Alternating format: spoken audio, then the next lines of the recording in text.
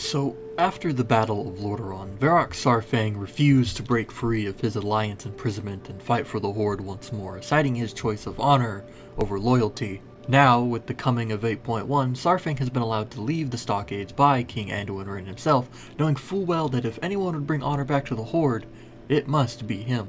But what's Saurfang's endgame now that he's free? Does he plan to dethrone Sylvanas and take it himself? Will he start a revolution much like Vol'jin did? Will Saurfang actually go and lead the Horde? My answer to that question, despite popular belief, is no.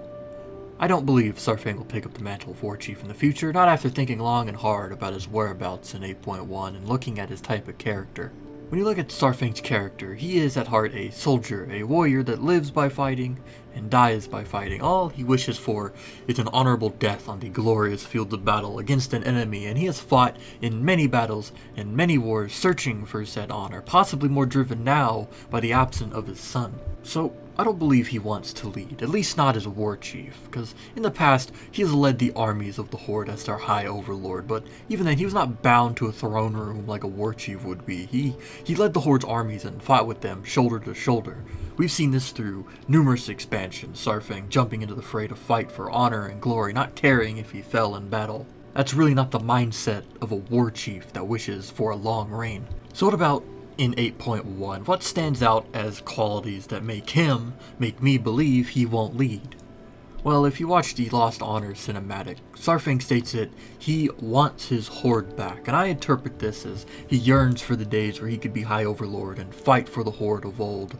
Saurfang also tells Anduin that he hoped the young king and the Alliance could stop Sylvanas, possibly so he may return to it with a proper leader at the head by the time of his return. The signs point to him wanting nothing more than the High Overlord position, and his continued story in 8.1 is something we can use to speculate with. So spoilers for upcoming content that may or may not be out by the time this video goes live, but Saurfang left the Stockades, as I've said, heeding Anduin's words that Sylvanas cannot be defeated with only the army of the Alliance alone. The Horde later finds Saurfang camped at an old farm in the Swamp of Sorrows, where he engages with numerous Dark Rangers and kills them before they kill him.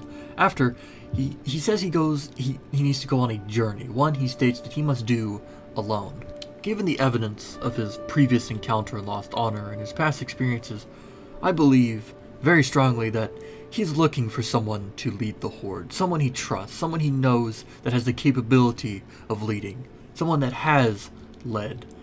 I believe Saurfang is attempting to find the only person that's alive after having led the Horde in the past. I believe Saurfang will try to find Thrall, the founder and previous Warchief of the new Horde. Thrall's been absent from the story since he lost Doomhammer and his connection with the Elements, and it's very possible that he may be in Nagran, more specifically the Throne of the Elements, where he is attempting to seek forgiveness with the powers that reside there to restore his abilities. So to end this, no. I don't believe Saurfang will lead or will want to lead the Horde as its new Warchief. If anything, he might find someone to lead it or become some sort of martyr for Horde honor where he falls, perhaps fighting the Banshee Queen herself in a mock Garah for control of the Horde. So what do you think? Do you think he'll still be Warchief of the Horde sometime in the future? Do you think he'll challenge Sylvanas to a mock Garah? Perhaps he'll lose, perhaps he'll win. Maybe you think he'll recruit Thrall and lead another revolution against the tyrant leader. Please let me know in the comments down below, and I will be sure to read them. Thanks for watching.